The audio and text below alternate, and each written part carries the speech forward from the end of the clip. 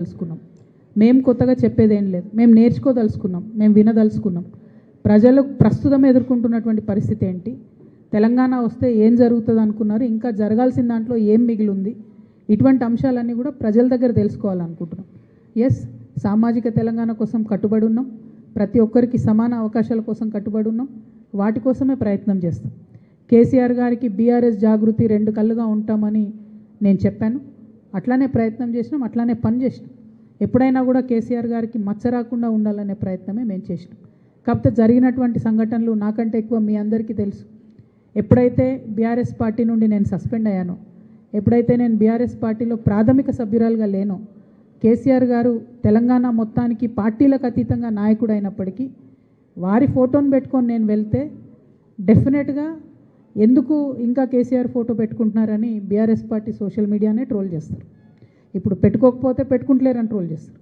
కానీ నైతికంగా ఒక వ్యక్తిగా దారులు వేరైనప్పుడు ధైర్యం ఉండాలి. ఖచ్చితంగా నేను అనుకున్నది ప్రజల దగ్గరికి వెళ్తాను, వారితో మాట్లాడతాను, ప్రజల మద్దతు కూడగడతాము. మీరు అన్నట్టుగా రాజకీయంగా స్పేస్ ఉందా లేదా, రాజకీయ పార్టీ పెట్టాలన్నా వద్దా, ఇప్పుడు నాకు తెలియదు. నేనే వెళ్తున్నా ప్రజల దగ్గరికి. ఈ 4 నెలల తర్వాత ఖచ్చితంగా వారు ఏం చెప్తారో విందాం, ఏమంటారో విందాం. తెలంగాణలో స్పేస్ ఉందో లేదో నాకు తెలియదు. నేను ఇందాక చెప్పినట్టు ప్రజలే పెద్ద గురువులు అందరికీ. వారి దగ్గరికే వెళ్ళదలుచుకున్నాం, వారితోనే మాట్లాడదలుచుకున్నాం. అందుకే ప్రతి జిల్లా రెండు రోజులు పెట్టుకున్నాం. 2 రోజుల్లో అనేక మందిని కలిసేటటువంటి ఆస్కారం ఉంటుంది. ఎవ్రీ క్రాస్ సెక్షన్ కలిసేటటువంటి ఆస్కారం ఉంటుంది. కాబట్టి ఈ ప్రయత్నం చేస్తూ ఉన్నాం. ఈ ప్రయత్నంలో ప్రతి జిల్లాలో మీడియా మిత్రులను కూడా కలుస్తాం. సో వారి దగ్గర నుంచి అందరికన్నా ఎక్కువ ఇన్పుట్స్ ఉంటాయి, అన్ని సెక్షన్స్తో మాట్లాడుతూ ఉంటారు. కాబట్టి కలవనటువంటి వారే ఉండరు, అందరినీ కలుస్తాం. ఒక సమగ్రమైనటువంటి అండర్స్టాండింగ్ ఆఫ్ తెలంగాణ కోసమే ఈ యాత్ర చేపడతా ఉన్నాం. Thank you.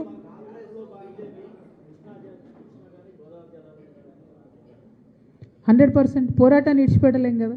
అధ్యయనం జరుగుతుంటుంది ఓ పక్క, కానీ పోరాటాన్ని వదిలేదే లేదు. గ్రూప్ 1 కూడా ఇవాళ కూడా మేము లాయర్లను పెట్టుకొని రెడీగా ఉన్నాం. అది మళ్ళీ పోస్ట్పోన్ అయింది. ఇప్పుడు బీసీల రిజర్వేషన్ అంశం అట్లానే ఉన్నది, బనకచెర్ల అంశం అట్లనే ఉన్నది, 9 మన మండలాల అంశాలు అట్లనే ఉన్నాయి, 5 ముంపు గ్రామాల అంశాలు అట్లనే ఉన్నాయి. ఇట్లా అనేకమైన విషయాలు పెండింగ్లో ఉన్నాయి. పెండింగ్లో ఉన్న అంశాల కోసం పోరాటాలు కొనసాగిస్తూనే ఉంటాం, కానీ అధ్యయనం కూడా కొనసాగిస్తూ ఉంటాం. It is largely a listening tour for Jagruti, and జాగృతిని స్ట్రాంగ్ చేసుకుంటాం. ఇదివరకు మాకు ప్రతి గ్రామంలో శాఖ ఉండే, వేలాది మంది కార్యకర్తలు ఉండే. ఒకప్పుడు సార్ చెప్పినని కొంచెం ఆపినాం ప్రోగ్రామ్స్, మళ్ళీ రివైవ్ చేసుకుంటాం. మా పాత కార్యకర్తలందరినీ కూడా కలుస్తాం, కొత్త వాళ్ళని కూడా చేర్చుకుంటాం, కొత్త వాళ్ళతో కూడా మాట్లాడతాం, సంస్థను పటిష్టం చేసుకుంటాం, తెలంగాణ వ్యాప్తంగా పర్యటన చేస్తాం. Thank you.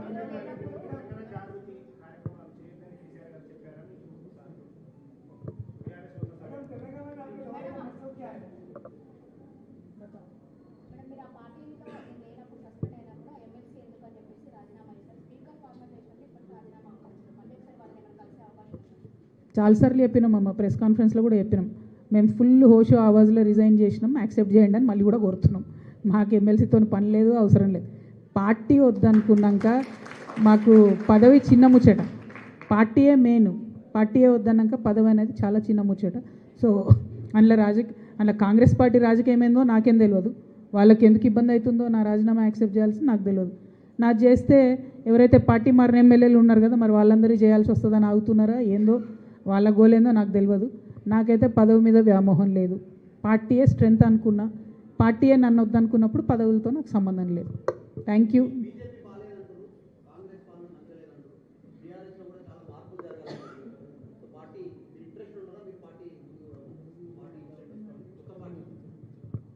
నేను ఉన్న మాట చెప్తున్నా. ఇప్పుడు భారతీయ జనతా పార్టీకి 8 మంది ఎంపీలను ఇస్తే మనకు 8 కొత్తలు కూడా ఇవ్వాలి. వాళ్ళు బడ్జెట్లో 2 బడ్జెట్లు అయిపోయినాయి.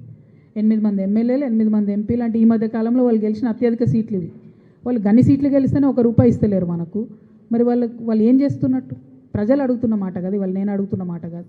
మనకు ఒక ప్రత్యేక ప్యాకేజ్ వచ్చిందా, ఒక ప్రత్యేక రైలు వచ్చిందా, ఒక ప్రత్యేకమైన ఏమన్నా వచ్చిందా? అన్నిటికన్నా ఎక్కువ నిన్నగాక మొన్న బీసీ బిల్లులు ఇక్కడ పాస్ అయిపోతే గవర్నర్ దగ్గర అయినాయి, రాష్ట్రపతి దగ్గర అయినాయి.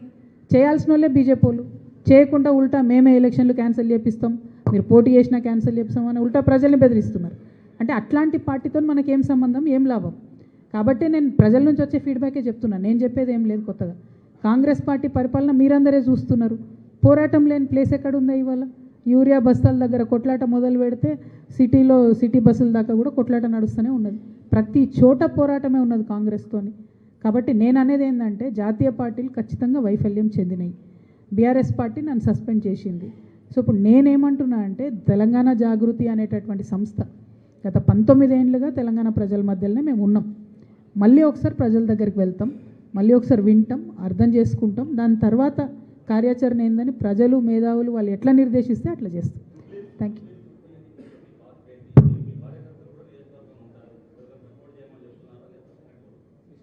చిన్న ముచ్చట జూబ్లీహిల్స్ మాకెందుకే, తెలంగాణ అంతా తిరగాలి. జూబ్లీహిల్స్ మాకేం పని ఉంది చెప్పు.